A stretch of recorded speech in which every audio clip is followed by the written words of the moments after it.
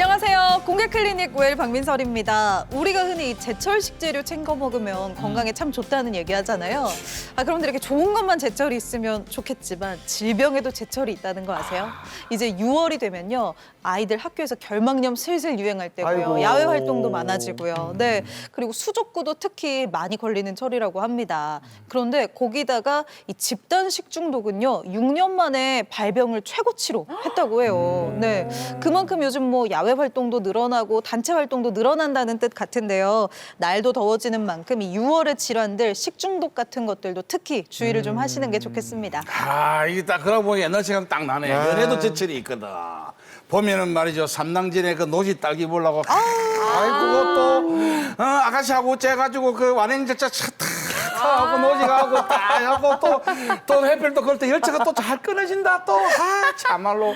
또 여름 되면 여름 되면 수박 한 뒤 탁 제철 나는 수박 한 뒤 탁 사고 또 계곡이 딱 들어가면 또 아이고 여름에 그 해가 길더니 또 산에 가면 또 해가 또 그래 잘래. 아이고 참말로 하여튼 제철 음식에 나는 음식, 야채나 이런 걸 제대로 드시는 게 이 공개 클리닉을 보는 거하고 똑같은 이 건강을 지키는 거. 건강은요, 건강할 때 지키기가 이게 건강합니다. 아시겠습니까?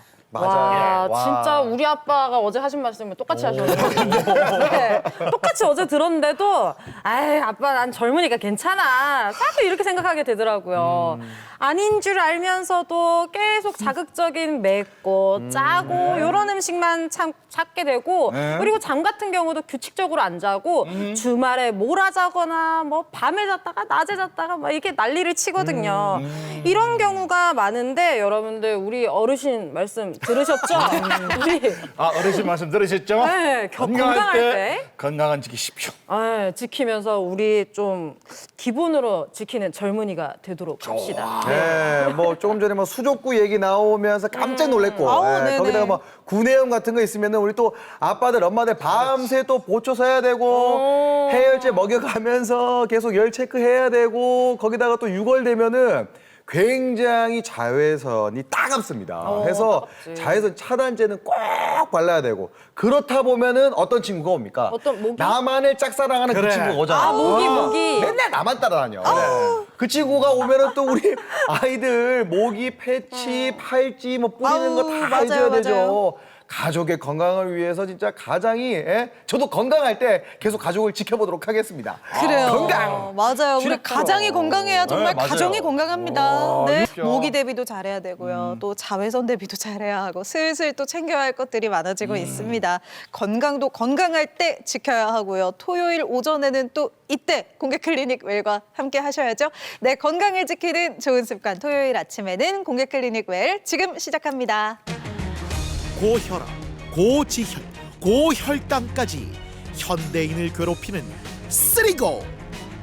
고지혈증, 당뇨병 같은 대사질환은 심각한 합병증을 유발하고 삶을 망가뜨릴 수 있습니다. 고! 스탑! 지금 당장 멈춰야 건강 100세를 꿈꿀 수 있습니다. 공기클리닉 웰에서는 무서운 합병증을 부르는 대사질환을 관리해 건강하게 사는 방법에 대해 알아봅니다. 네, 공개 클리닉 웰 오늘은요 정말 건강한 100세까지 가려면 잘 다스려야 할 필수 대사질환에 대해서 알아보는 시간 준비했습니다. 오늘 도움 말씀 주실 주치의 선생님 모셔보겠습니다. 내분비 대사내과 전문의 김인주 부원장님 어서 오세요. 어서 오세요. 환영합니다. 대사. 네, 반갑습니다. 네, 안녕하세요. 한번 맛보면 계속 찾게 되는 맛집처럼 믿음직스럽고 꼼꼼하게 여러분의 건강을 지켜드릴 내분비 대사내과 전문의 김인주입니다. 안녕하십니까. 네, 내분비내과라고 하면요 저희가 뭐 이 평소에 이제 동네 병원에서는 사실 잘 보기 좀 힘들었던 것 같고 대학병원 가면은 뭐 내비분과, 내분비분과 뭐 네. 되게 복잡한 이름들이 많더라고요. 내분비 대사내과라고도 부르고요. 정확히 어떤 쪽을 이제 우리가 내분비내과라고 부르나요? 네, 혈액순환 한참 이야기하다가 네. 심장 이야기하다가 순환기내과 가세요 하면 그게 뭐예요 하는데 네네네. 호르몬 이야기하다가 내분비내과 하면 더 힘들어 하시거든요. 그래서 내분비와 대사 두 단어의 개념부터 먼저 소개를 드리겠습니다.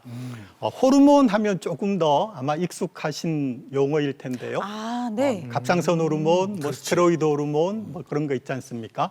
이 호르몬은 만들어지는 세포에서 그 세포 옆까지 와 있는 혈관으로 바로 분비가 됩니다. 그러면 혈액을 타고 필요한 곳에 도달하게 돼서 호르몬의 작용을 나타내게 되죠. 땀의 경우를 생각해 보시면 땀샘에서 만들어져서 도관을 통해서 피부 밖으로 나오죠. 이제 이런 경우는 외분비라고 이야기를 하고요. 담즙이라든지 소화 용액의 경우도 마찬가지입니다. 근데 호르몬의 경우는 혈액 속으로 들어간다고 그래서 내분비라고 한다. 이렇게 기억을 하시면 되겠고요. 혈액 속으로 들어간다고 해서 그렇습니다. 내분비. 네. 네. 안에 있으면 되고 밖으로 그렇습니다. 배출되면 되네. 맞네요. 네. 네. 그다음에 이제 대사라는 말을 공부를 해보죠. 네. 이게 세대 교체 말씀들 많이 하지 않습니까? 네. 그러니까 이게 어떤 일정한 간격을 두고 교대로 사자는 바뀐다는 의미가 있다고 합니다. 그러니까 어떤 오래된 것이 또는 낡은 것이 새 것으로 바뀌는 그게 이제 주기적으로 일어나는 현상을 대사라고 하게 되고요. 네. 그다음에 이제 대표적으로 우리가 음식을 통해서 영양분을 섭취해서 그 영양분에서 에너지를 얻고 그 에너지로 우리 생명이 유지가 됩니다. 이런 과정을 에너지 대사라고 하고요. 이 에너지 대사에는 결국 이제 대사되고 남은 영양분이 노폐물로 배설되는 과정까지를 포함하게 되거든요. 그런데 바로 이 호르몬이라는 것이 우리 몸에서 일어나는 대사 과정의 전반적인 것을 다 조절을 하고 있습니다. 그러다 보니 호르몬에 의해서 내분비와 대사가 서로 한 묶음으로 연결이 되는 것이죠. 그래서 내분비 대사내과 이런 용어로 이 학문을 지칭하는 것입니다. 대사 과정이라고 좀 말씀하시는데 이제 좀 똑똑한 사람들은 말이지 좀 금방 알아듣겠네 이거. 그렇죠. 대사 질환이 하는 게 이제 대사 과정에서 이제 생기는 이런 질환을 딱 이야기하는 거 알겠습니까? 그럼요. 인자 들어가는 분들이 또 현명하시기도 그렇지. 하거든요. 막 네. 금방 알아듣고 또 이해도 빨라. 네. 그 말씀이시죠. 그러니까 대사 과정에서 문제가 생기는 질환을 이야기하는 것이다. 네, 그렇습니다. 그런데 이제 똑똑해. 생각해 보셔야 될 게 이 네. 대사 과정을 얼만큼 폭넓게 우리가 바라볼 거냐 하는 거거든요. 갑상선 호르몬 잘 아시죠? 그렇죠. 이제 갑상선 호르몬은 우리 몸 세포들의 에너지 대사를 촉진하는 호르몬입니다. 갑상선 기능 항진증이라든지 기능 저하증 그런 병 이름 많이 들어보셨을 텐데 그러면 에너지 대사를 조절한다는 면에서는 갑상선 기능 항진증, 저하증도 대사 질환이다 이렇게 말을 할 수도 있을 것 같고요. 우리 몸에서 가장 단단한 조직이 어디일까요? 치아 아니까 치아. 뼈. 네, 뼈, 치아, 뭐 손톱 다 비슷한 유래를 가지고 있는 장기들인데 가만히 있는 것 같은 딱딱한 기관이라도 끊임없이 낡은 뼈 세포가 새로운 뼈 세포로 또는 미세 손상을 받은 뼈 세포가 새로운 세포로 자꾸 바뀌는 과정을 그러니까 대사 활동을 하고 있는 장기이거든요.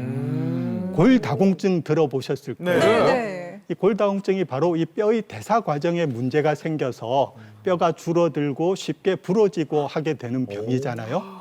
그러면 이 또한 대사 질환이라는 거죠. 근데 이제 이렇게 말하기 시작하면 우리가 3박 4일 자고 계속 계셔도 끝이 안 납니다. 그래서 오늘 말씀드릴 내용은 네. 뭐 심근경색, 뇌경색 오케이. 이런 아주 심각한 위중한 심혈관 질환을 잘 일으킨다고 알려진 비만이라든지 네. 당뇨병, 고혈압, 고지혈증 이런 병들이 각각 존재하기도 하지만 어떤 한 사람에게 이 상황들이 모두 덩달아 똑같이 동시에 존재하는 경우들이 많다는 것이 알려짐으로 해서 이런 경우를 대사증후군, 대사질환 이렇게 한 묶음으로 부르고 있습니다. 네. 말씀하신 고혈압, 고지혈, 당뇨병은 우리가 정말 많이 그쵸, 들어봤거든요. 그쵸. 네. 이게 어느 정도 많은 분들이 이 병에 걸리신 거예요? 그 전에 어떤 경우를 대사증후군이라고 할까 하는 것을 조금 더 알아보면 좋겠습니다. 네. 우선 복부 비만. 그래서 네. 남성의 경우는 이 허리 배 둘레가 네. 90cm, 오. 여성의 경우는 85cm, 잠시만요. 90 남성의 경우 35.4인치 정도가 되니까는요. 바지 몇 입으시 감안해서 생각을 해보시고요.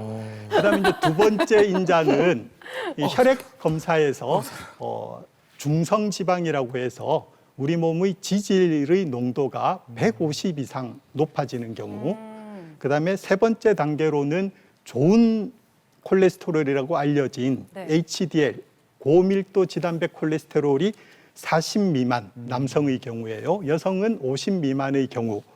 그다음에 혈압의 경우는 140이 아니고 수축기 130을 넘어가는 경우입니다. 그다음에 확장기는 85 이상인 경우. 그래서 130에 85 이상인 경우의 혈압 상태. 그리고 혈당의 경우에는 공복 혈당으로서 100 이상인 경우. 그다음에 이제 중성지방이라든지 좋은 콜레스테롤 HDL이라든지 혈압이라든지 혈당의 경우는 각각 병에 대한 약물 치료를 받고 있는 경우도 포함해서 생각을 합니다. 이 5가지 인자 중에서 한 사람이 3개 이상을 가지고 있으면 대사증후군이라고 진단을 네. 하게 되고요. 우리나라 이제 성인 연령이 19세부터이죠.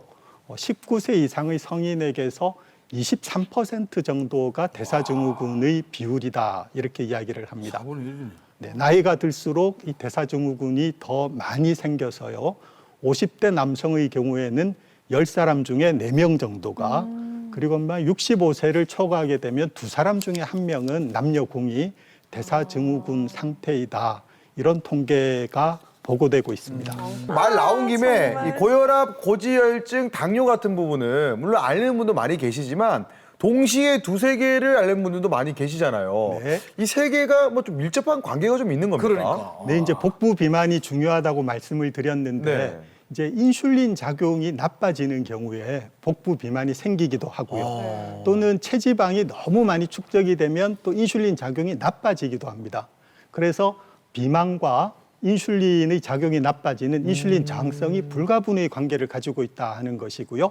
이제 인슐린의 여러 작용들 중에서 혈압을 올리게 되는 또는 이제 교감신경 활성이 증가되는 것들이 인슐린 작용이 나빠지는 경우에 현저히 나타나게 되는 거고요.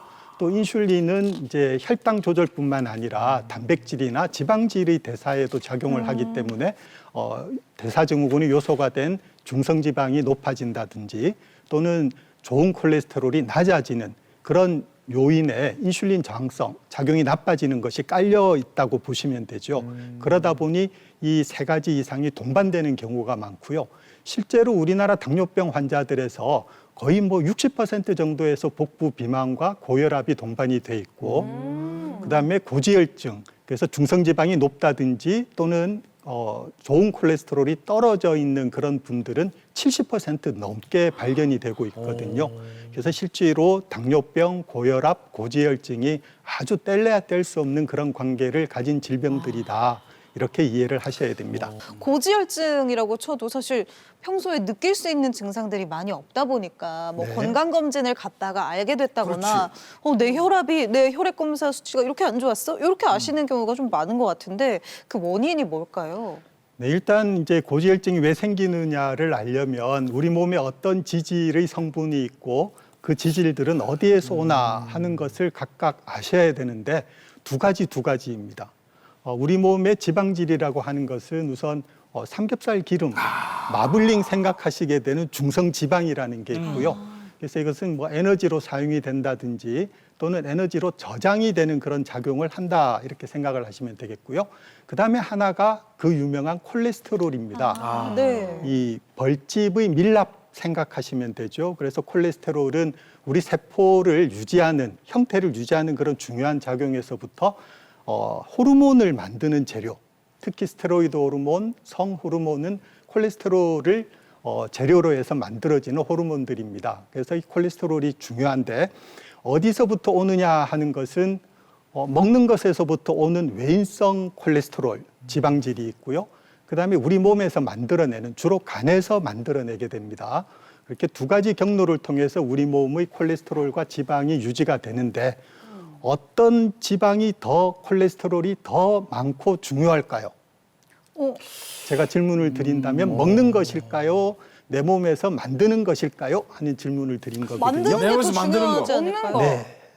그래서 이제 많은 경우에 먹는 게 중요하다고 생각들을 아직 많이 하시는데 내 간에서 만드는 콜레스테롤이 80% 정도다고 밝혀져 있습니다. 근데 그 간에서 만드는 네. 콜레스테롤도 결국 좀 먹는 거의 질에 따라 결정되진 않나요? 영양을 서로 많이 받기는 하겠죠. 그렇지만 절대적인 양은 내가 스스로 만들어내는 콜레스테롤이다 하는 것을 꼭 기억을 하셔야 되겠고요. 그러니까 이 콜레스테롤이 만들어지는 과정에 작용하는 여러 단계의 문제가 생긴다든지 또는 사용하고 남은 또는 찌꺼기 콜레스테롤은 간에서 청소해서 장으로 담즙을 통해서 내보내거든요.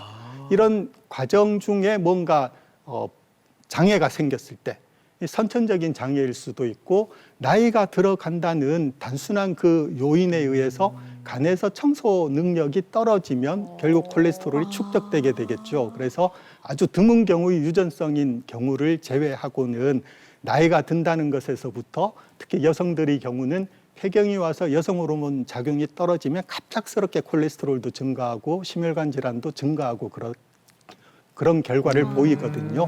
그래서 이런 자연 경과에 따른 어쩔 수 없는 콜레스테롤의 증가분도 굉장히 중요한 원인이 된다 하는 것을 꼭 강조해서 말씀드립니다. 알겠습니다.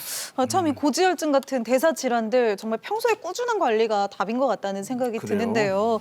어떻게 병원에서는 진단을 내리고 또 치료를 하는지 저희가 영상으로 담아봤습니다. 함께 보시죠.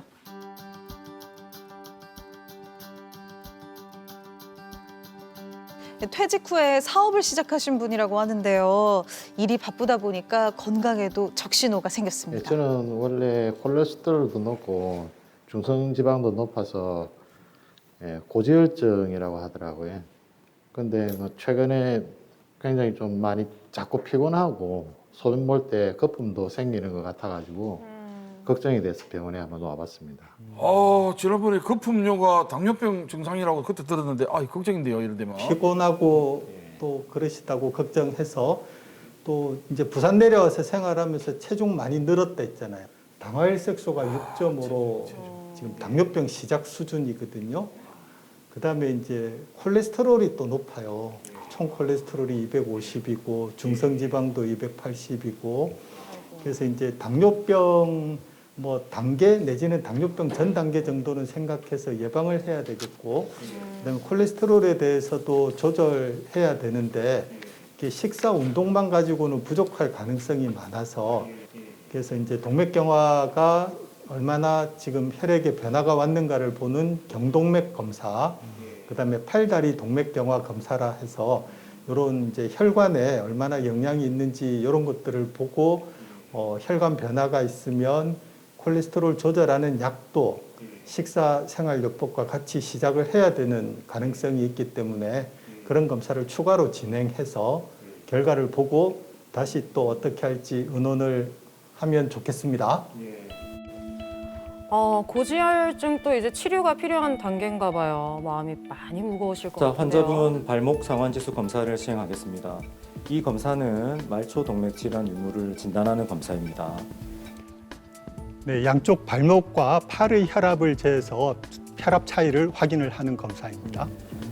네, 경동맥 초음파 검사는 목에서 내려가는 혈관의 초음파를 이용해서 경동맥 내중막 두께 그리고 죽상 동맥 경화증의 유무, 동맥 경화반의 플락의 유무, 혈류 속도, 혈류 방향 등을 측정해서 동맥 경화증이 얼마나 진행되는지를 간접적으로 평가하는 검사입니다.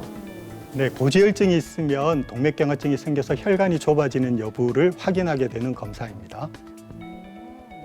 저렇게. 수고하셨고요. 우선 이제 콜레스테롤 치료 여부 결정하기 위해서 경동맥 초음파 검사한 결과를 보면 아직 50대 중반이면 그렇게 나이가 많은 건 아니거든요. 그러면 어림잡아 요 혈관 두께가 0.7mm 넘어가면 두껍다고 판단해야 되는 그런 연령이라고 생각하시면 돼요. 두께가 0.98인 부분까지 나오고 오른쪽 경동맥은 조금 두꺼워졌다. 두꺼울수록 안 좋은 건가요? 혈관이 두꺼워진다는 거는 결국 혈관 벽에 콜레스테롤이 많이 끼어서 상대적으로 혈관이 두꺼워졌다 하는 의미가 되기 때문에 뭐 혈관, 고혈압, 당뇨병 상태 뭐 이런 것들이 다 이 혈관을 빨리 두껍게 만드는 요인이 됩니다. 상하지 동맥경화 검사한 결과거든요. 요 밑에 부분은 뭐 발목 상완 지수라 그래서 혈관이 두꺼워지면 팔의 압력과 다리의 이 혈압이 비율이 이렇게 1.0 미만으로 떨어지게 되거든요. 그런데 이렇게 1점대로 정상적인 범위에 있습니다. 근데 이 결과가 이제 맥타 속도라 그래서 심장이 맥박을 치게 되면 그 파동이 다리까지 도달하는 데 걸리는 시간을 이야기를 하는 거거든요. 환자 나이에 0.7mm가 정상인데 0.98까지 나왔으니까 동맥경화증이 이미 시작됐다고 볼 수 있겠네요. 네, 그렇습니다. 그리고 발목 상완 지수는 정상이라도 맥파 속도가 조금 빠르기 때문에 동맥경화가 시작된 것으로 판단하고 치료를 시작하면 아마 좋은 그런 효과를 얻을 수 있을 환자로 생각을 합니다. 열심히 식사요법 운동도 하시지만 한편으로 콜레스테롤 조절하는 약도 같이 시작을 하는 게 좋겠습니다. 그래서 약을 같이 한번 시작해서 노력해보고 2달 뒤에 다시 검사해서 얼마나 좋아졌는지 확인을 하도록 하겠습니다. 사업하느라 바빠서 사실 신경을 좀 못 써서 갑자기 체중도 좀 많이 늘고 사업이 잘 몸이 돼서 좀 많이 바빠도 상태가 안 문제예요. 좋아진 것 같습니다. 사실 선생님 말씀대로 이제 건강 관리를 좀 더 식이요법도 하고 이렇게 운동도 좀 하면서 관리를 시작을 해야 될 것 같고요. 예. 앞으로 이제 건강에도 신경을 써야 되겠죠. 네, 맞습니다. 여러 원인 스트레스로 식생활 관리를 잘 못하고 뭐 음주 같은 것들에 의해서 체중이 늘게 되는 경우가 왕왕 생기는데 그런 경우에도 뭐 고혈압이라든지 고지혈증 또 혈당이 높아져서 당뇨병과 같은 그런 대사질환에 걸리는 경우들이 50대 후반, 60대 나이 들수록 더 쉽게 관찰할 수 있는 그런 결과들인 것 같습니다. 그래서 나이 드는 것도 억울한데 이런 대사질환에 걸리지 않도록 열심히 건강한 생활 습관을 쭉 유지해 나가도록 노력하는 것이 중요하지 않을까 생각이 됩니다. 아하, 예. 네. 자, 우리 공개 클리닉 시청자 여러분은 고인범이가 이제 고혈압 약을 지금 쭉 먹고 있다는 거 아실 텐데, 자, 이거 한 번 먹었다면 계속 가야 돼요. 근데 고지혈증 약도 그렇다면 고혈압 약처럼 한 번 먹으면 평생 가야 되는 겁니까? 네, 이제 고지혈증의 주된 원인이 외부에서 유입되는 콜레스테롤보다는 내 몸에서 만들고 청소해내는 능력이 떨어졌기 때문이라고 말씀드렸지 않습니까? 그래서 실제로 약으로 조절이 잘 되다가 약을 끊어버리면 다시 올라가는 경우가 상당히 많습니다. 그런데 이제 우리가 몇 년 전까지 우리나라 의료보험급여에서 콜레스테롤 약에 대해서 치료 급여를 6개월만 인정을 해줬던 적이 있습니다. 이제 그러다 보니 부득이 뭐 비보험 처방은 싫어요 하니까 약을 쓰다가 끊다가 이런 그러네요. 경우가 있었거든요. 네네. 그러다 보니 의사 쪽에서도 그렇고 환자분들 쪽에서도 그렇고 약을 끊을 수 있는 걸로 오해를 하시는 경우가 많은 것 같습니다. 물론 이제 비만 조절이 잘 되고 식사 조절을 잘 하고 하면 약을 안 쓰고도 조절되는 경우가 소수에서 생기기는 하지만 대부분의 경우는 약을 계속 써야만 적절한 정도로 콜레스테롤을 조절할 수 있는 게 올바른 견해일 것 같습니다. 네. 이렇게 한 번 약을 먹으면은 계속 먹어야 된다고 하니까 최대한 미루고 싶은 마음이 클 것 같거든요. 네, 뭐 여러 핑계를 대면서 뭐 어제 많이 먹었다든지 그런 말씀들을 많이 하시고 며칠 전에 좀 기름지게 그렇죠. 먹어서 그렇지 원래 안 네. 먹어요. 뭐 약간. 그래서 뭐 다음 주에 굶고 와서 검사해 보겠다. 네, 뭐 네. 최대한 미루고 싶어 하시는데요. 네. 이제 그때 그동안 내 혈관이 나빠지는 것은 어떻게 할 건가 하는 것도 생각을 하시면서 판단을 하셔야겠고요. 이제 개별적인 심혈관 질환의 위험도에 따라서 네. 나쁜 콜레스테롤, 동맥경화의 주범이 되는 나쁜 콜레스테롤을 어느 정도 유지를 해야 된다 하는 그런 기준 수치들이 나와 있거든요. 그래서 나의 나쁜 콜레스테롤 수치는 어느 정도인가 하는 것을 보고 그다음에 검사로 소개되었던 경동맥 검사라든지 또는 뭐 상하지 동맥경화 검사라든지 이런 것들을 해서 혈관이 어느 정도 손상이 되고 있구나 하는 증거가 발견이 된다면 미루지 말고 약물 치료를 하시는 게 좋겠고요. 콜레스테롤이 너무 높다면 그런데 경동맥이나 뭐 발목 상한 지수가 괜찮다 하더라도 네. 예방은 원래 괜찮을 때 하셔야 되는 거지 않습니까? 건강할 때 건강을 지켜야 지키라고 되듯이. 그때부터 약을 먹어야 그러니까 돼요? 빨리 쓰는 게 오히려 더 나은 선택일 수도 있다 그래요? 하는 것도 꼭 기억을 하셨으면 합니다. 그러면 지금은 바뀌었습니까? 그럼 지금은 6개월만 의료보험이 되고 아니 계속 지금은 아, 이제 그래요? 계속 되는 걸로 네, 바뀌었습니까? 쭉 써도 됩니다. 아, 네. 다행이네. 잘 됐다. 뭐 다들 건강 검진 같은 거 받으시겠지만 이제 네. 콜레스테롤 검사 같은 것도 하면 나중에 책자에 나오잖아요. 맞아요. 그 HDL 콜레스테롤, 네.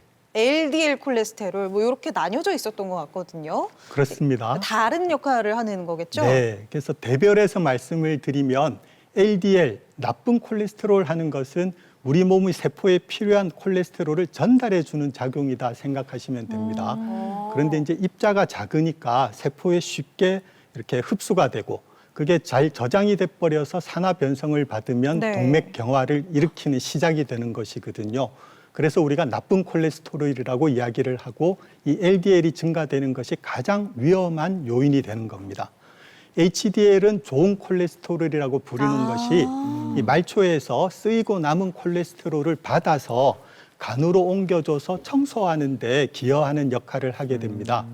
그러다 보니 좋은 콜레스테롤이라고 하고 우리가 나쁜 콜레스테롤이 증가된 분들에게 심혈관 질환의 위험도를 따질 때 연령 요인이라든지 조기 심혈관 질환의 가족력이라든지 고혈압이 있는지 흡연을 하는지 뭐 이런 것들을 따지게 되는데 이때 좋은 콜레스테롤이 높으면 그런 위험 인자를 하나 차감할 수 있다 하는 것이거든요. 요거를 좀 확대 해석을 하시는 분들이 많아요. 네. 그래서 LDL이 많이 높은데도 나 HDL이 괜찮으니까 약물 치료 안 받을래요 이러시는 분들을 종종 보게 되는데 아무리 HDL이 좋다 하더라도 LDL이 높아서 생기는 위험을 차감할 만큼의 기능은 아니다. 둘이 서로 뭐 상쇄되는 건 아닌 거네요. 그렇죠. 그래서 네네. LDL이 높으면 그게 훨씬 더 위험합니다 하는 것을 꼭 기억하셨으면 합니다. 알겠습니다. 네. 참 이게 우리 몸인데도 우리가 몸에 대해서 제대로 알고 있는 게 맞아요. 참 없는 것 같아요. 네. 어떤 역할을 하는지 또 우리의 대사증후군 미리미리 좀 잘 예방을 해야 할 텐데 잘못 알고 있는 상식들 팩트체크 통해서 한 번씩 점검을 해보도록 하겠습니다. 자, 대사질환에 대해서 잘못 알고 있는 우리의 상식들 한번 만나보죠. 첫 번째 팩트체크 들어갑니다. 첫 번째입니다. 고지혈증 치료 중 가장 효과적인 것은 이 기름진 음식을 금하는 식이요법이다. 자, 하나, 둘, 셋. 당연한 거 아닙니까? 뭐야? 야, 간만에 이거 X가 다 나오네. 모르겠네요.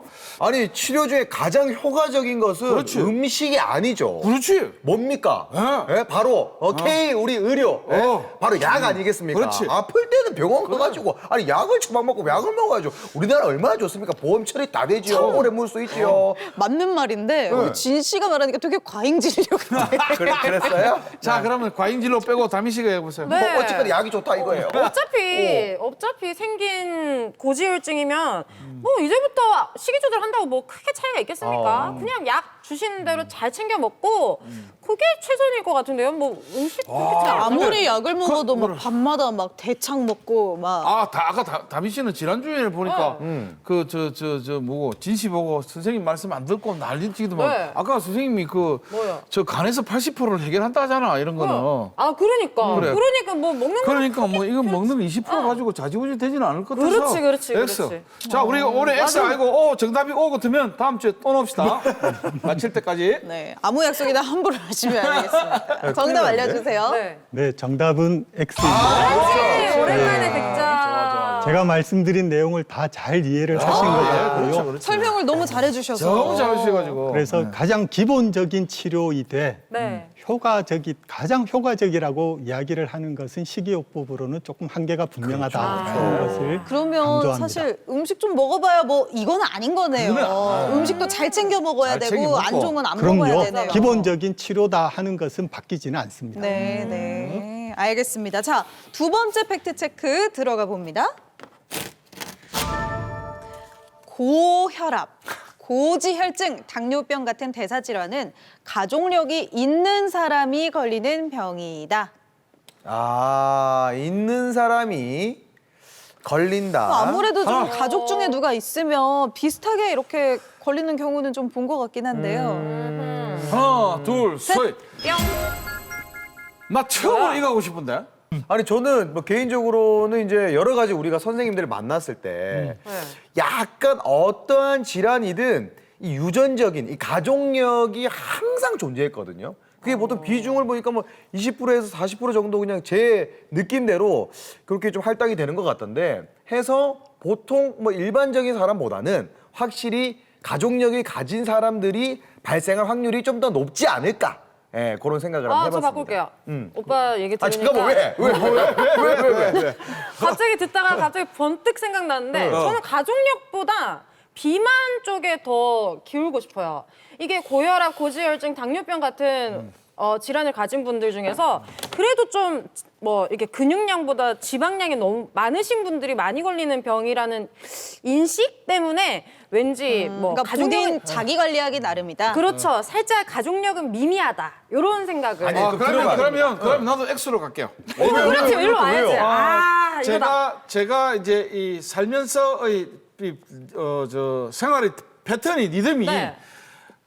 일반인들하고는 완전히 달랐거든요. 저는 저녁 6시나 빠르면 4시 아니면 6시 이후에 일을 하는 직종에 있었기 때문에 늦게까지 일을 해야 됐고 공연을 해야 됐고 늦게 일어나야 됐고 지금은 그렇지 않습니다만은 저는 일딱을 안 하면 입에 가시가 돋았습니다. 그 정도로 저는 뭐 양념 뭐 간장 이런 거 절대 오직 프라이드 치킨 일딱을 안 하면 저는 가슴이라는데 이에 가시가 돋을 정도였으니까 갑자기 너무 먹고 싶어. 지금 말하는 것처럼 사실은 다미 씨 이야기가 그냥 갑자기 확 맞죠? 가슴을 빡 찌르네. 정답 확인해 보겠습니다. 부원장님, 정답은요? 네, 정답은 X가 맞고요. 예, 80년대까지 우리나라 당뇨병 인구가 5% 안 됐거든요. 근데 지금은 그런데 지금은 뭐 10% 훨씬 넘지 않습니까? 비만. 네, 맞네. 결국 이제 서구화된 생활 많이 먹고 비만 환자가 늘어나고 그게 원인이 먹고, 됩니다. 콜라 그러니까 김진님 말씀하신 대로 가족력이 있으면 더 잘 걸린다는 말은 맞을지언정 이게 가족력이 있는 사람들에게만 오는 질환은 아니거든요. 그래서 이 문제가 중요하다고 생각합니다. 자, 마지막 팩트 체크 들어가 보도록 하겠습니다. 집중해 볼게요. 자, 마지막 팩트 체크입니다. 당뇨병 치료를 위해 인슐린을 일찍 사용할수록 효과가 좋다. 야, 이거 애매하네, 이거는. 뭐든지 좀 초장에 이렇게 딱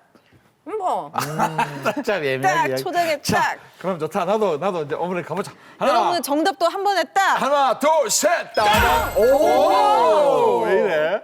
야, 그 말 한마디에 싹 다 갚으네. 아니 뭐 사실 뭐 저의 의견 다들 아실 거예요. 네. 뭐 저는 약은 무조건 아프기 전에 미리 먹자. 그렇기 때문에 저는 약을 믿는다. 저는 이렇게 주장하는 바입니다. 저는 이제 그 혈압약을 먹고 있기 때문에 그때 그분이 그 의사 선생님이 말씀하셨어요. 이거 하루에 한 번 먹는 거 귀찮다고 늦추지 마라.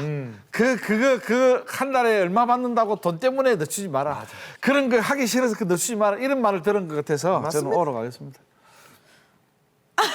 다미 씨 어때요? 근데 자꾸 변덕이 생기네. 왜? 이게 딴 게 아니고 네.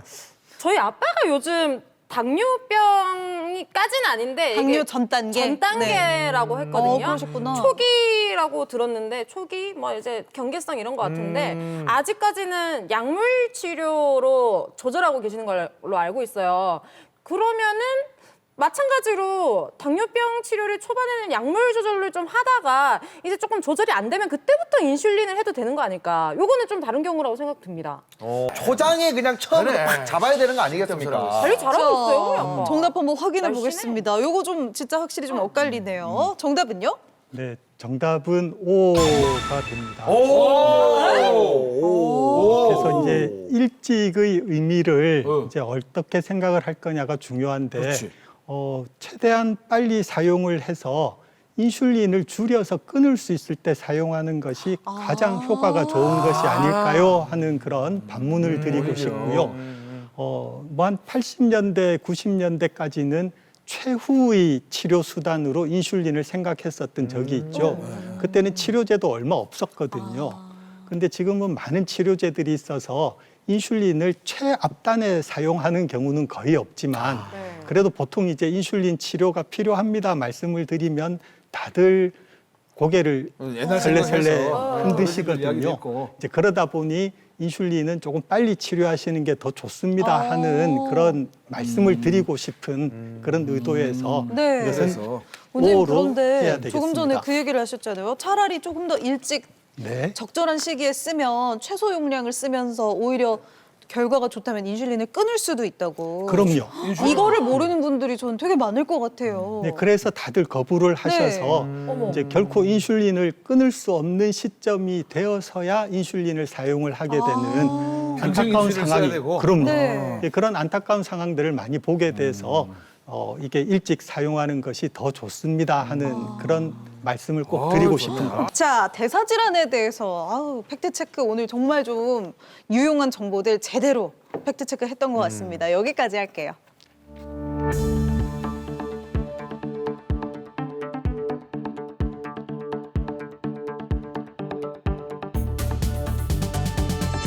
자, 저희들이 지금 계속 이야기하면서 이게 뭐라노? 당뇨병은 식이, 밥, 먹는 이야기가 중요하다는 그쵸, 말씀하시는데 그러면 나는 이게 체중이 좀 많이 나가가지고 참 이런 말씀드리기가 좀 그렇지만 자, 비만은 당뇨병에 어떤 영향을 미칩니까? 별로 영향이 없었으면 싶은데. 네, 뭐 일반적으로 비만하신 분들 중에는 물만 먹어도 살쪄요 하는 분들이 계시지만 네. 그래도 어쨌든 저는 많이 몸으로 먹었어요. 이렇게 흡수되는 에너지가 훨씬 많기 때문에 비만이 결과로 나타나는 거지 참 않습니까? 어찌든 어찌 보면 그러면- 연비가 참 좋은 건데. 그렇죠. 네. 많이 먹는다는 거는 그만큼 인슐린을 많이 써야 되고요. 인슐린 작용이 안 좋은데 인슐린을 많이 써야 되는 상황이 생긴다는 거는 그만큼 내 췌장을 괴롭히는 일이 되니까 당뇨병이 더 나빠질 수밖에 없거든요. 그래서 비만, 체지방 꼭 줄이고 근육을 강화시키는 노력을 해야 합니다.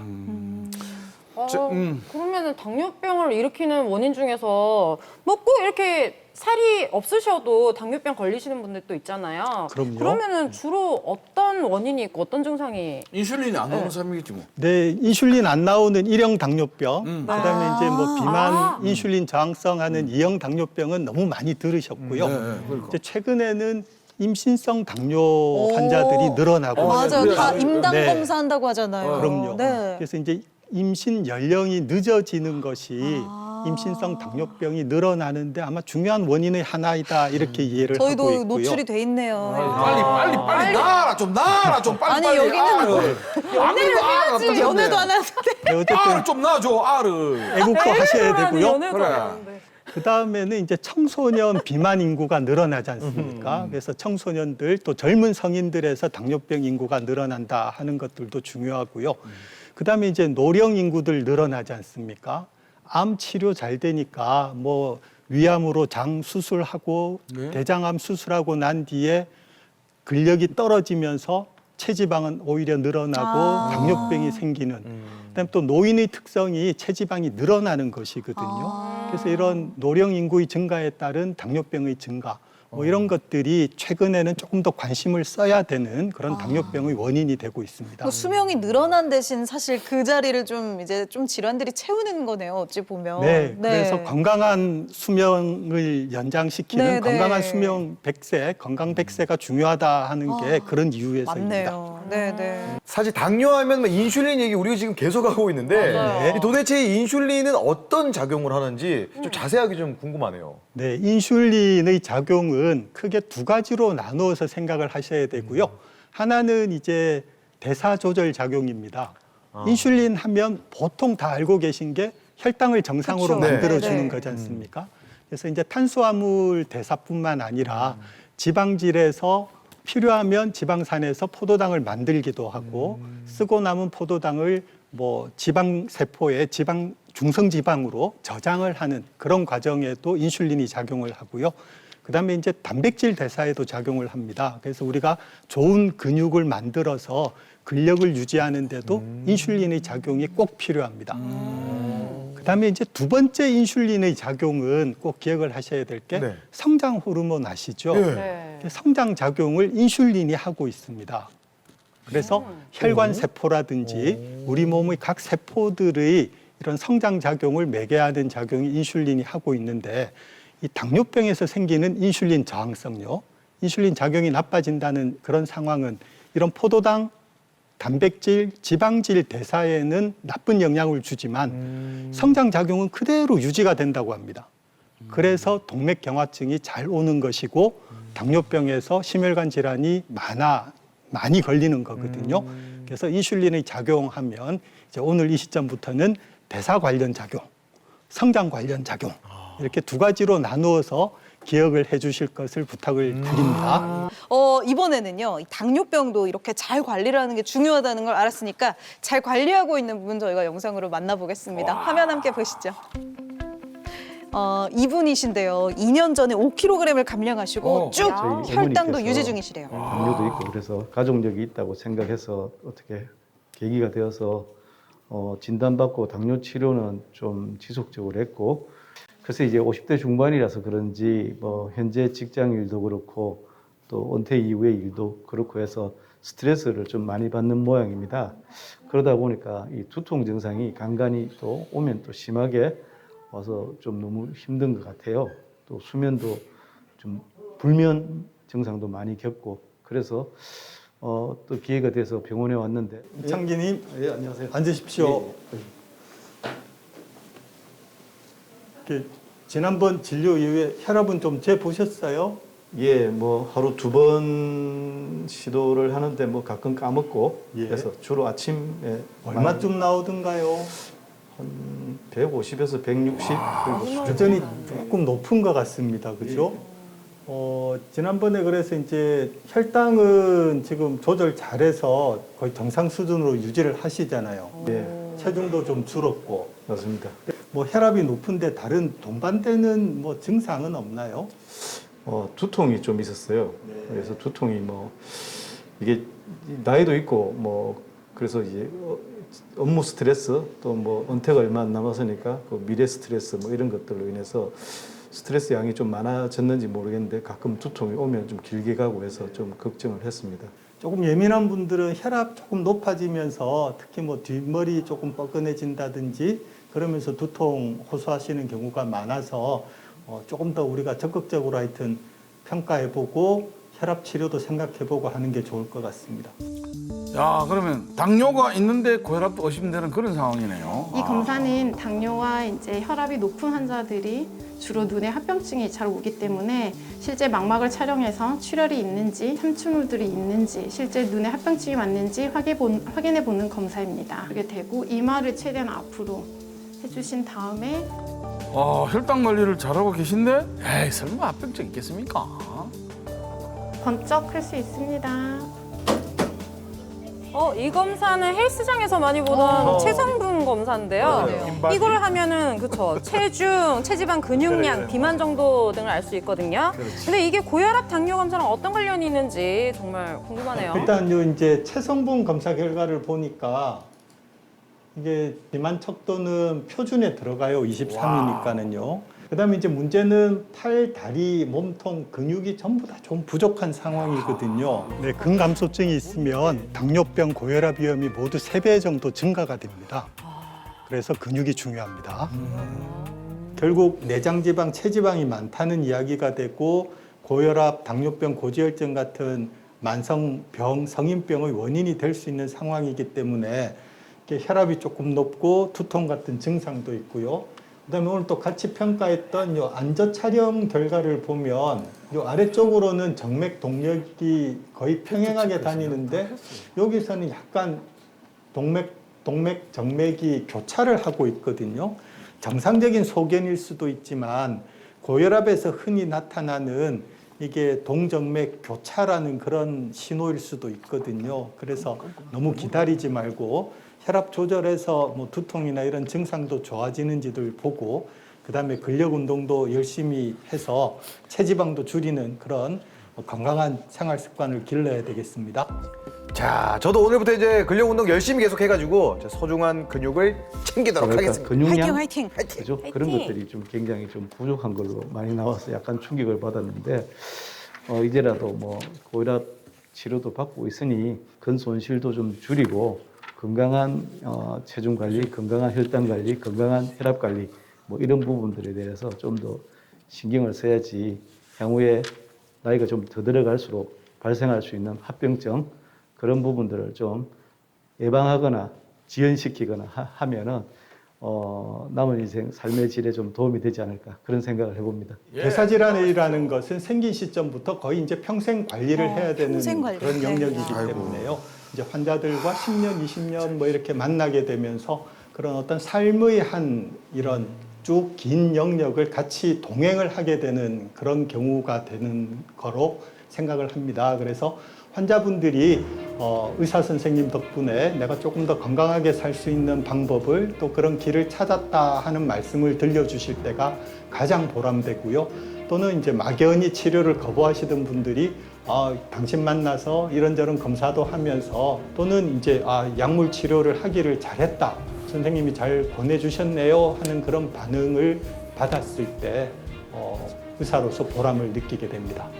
너무 잘 봤습니다. 잘 맞습니다. 지키시기 그러니까 바랍니다. 정말 뭐 인슐린 치료 미루는 게 능사도 아니고 네, 적정한 약물로 치료 잘 받고 또 식이요법 평소에 건강 관리에도 쭉 신경을 쓰고요. 이게 참 평소 습관이 정말 중요한 것 같다는 생각이 듭니다. 맞습니다. 이런데 조금이라도 의심이 계신 분들은 주치의를 한번 선택하는 맞아요. 게 제일 좋을 네. 것 같아요. 맞아요. 사실 저는 영상을 보면서 조금 의문점이 들었던 게 궁금한 게 너무너무 좀 많지만 네. 그 중에서 하나는 이제 뭐 고혈압, 고지혈증, 당뇨 물론 뭐 앓는 분들이 많죠. 근데 복합적으로 앓는 분들 중에서 연세가 많은 분들은 이 치료하기가 좀 어려울 것 같다. 저는 이런 생각이 좀 들었거든요. 네, 실제 그렇습니다. 나이 드신 분들 중에는 뭐 심근경색이라든지 뇌경색을 이미 앓으셨다거나 뭐 파킨슨 병 같은 그런 또 전신질환을 앓고 있거나 뭐 근골격계 관절염, 골다공증 여러 질병들이 동반이 돼서 한 움큼 약을 드시는 그런 경우도 많고요.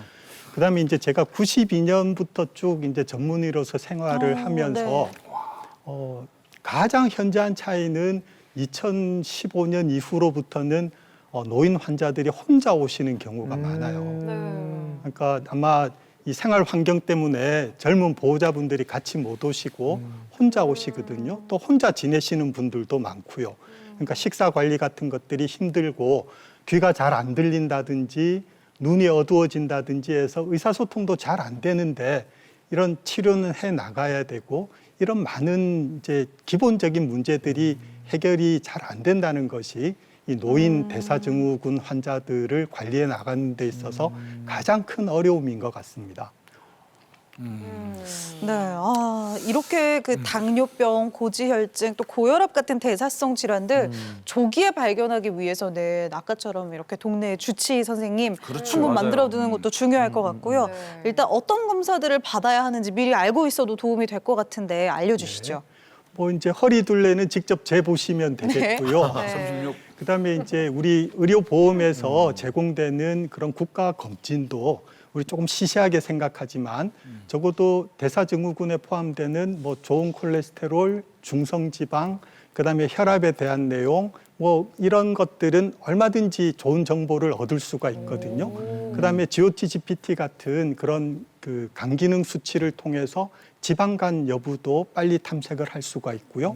그래서 이제 이런 검사들을 시시하다고만 생각하지 말고 충실하게 매년 받으시면 변화하는 추이도 보고 그런 것들이 굉장히 중요할 것이고요.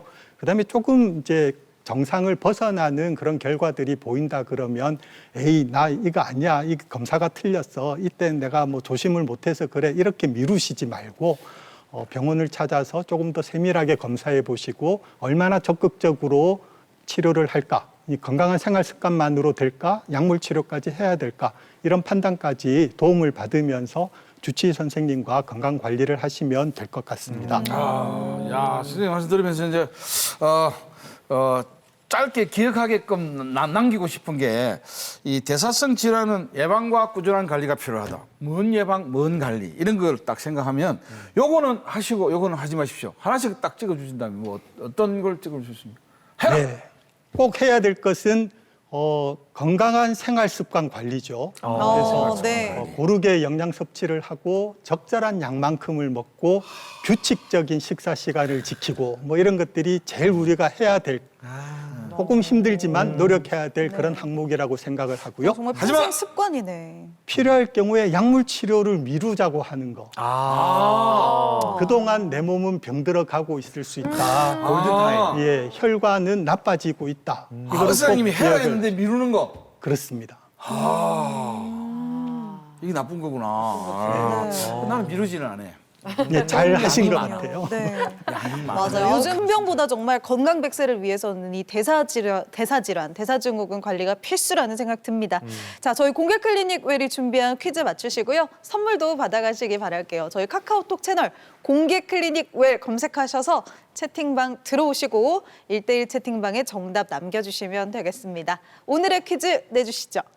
네, 심근경색이나 뇌경색 같은 심혈관 질환의 위험성을 높이는 비만, 고혈압, 고지혈증, 그리고 당뇨병 같은 질환을 일컫는 말은 무엇일까요?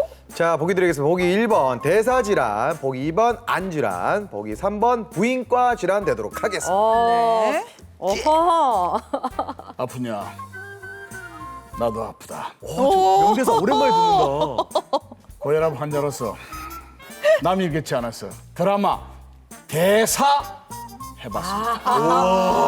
드라마 대사. 我要我选择做着全面미국 변화구였다. 민시아 이거 중국 대사 아닙니까?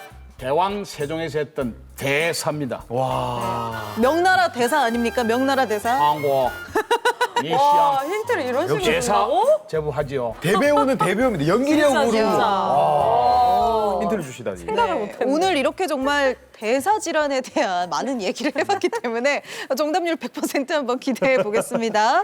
저희가 거듭 1시간 내내 한 얘기 정말 세 단어로 종합해 보면 운동, 식이, 체중 관리 이 세 개가 아닌가 싶어요. 네, 참 알면서도 꾸준하게 실천하기가 어려운데요. 그래도요, 이 주말부터 또 맛있는 제철 과일, 제철 채소들 건강하게 고루고루 챙겨 드시고 또 운동으로 활력도 챙겨보면 어떨까 합니다. 공개 클리닉 웰 저희 다음 시간에는요, 이 뇌질환에 대해서 궁금증 풀어보는 시간 마련하니까 다음 주에도 많은 관심 부탁드리고요. 저희는 오늘 여기서 인사드리도록 하겠습니다. 함께해 주신 여러분 고맙습니다.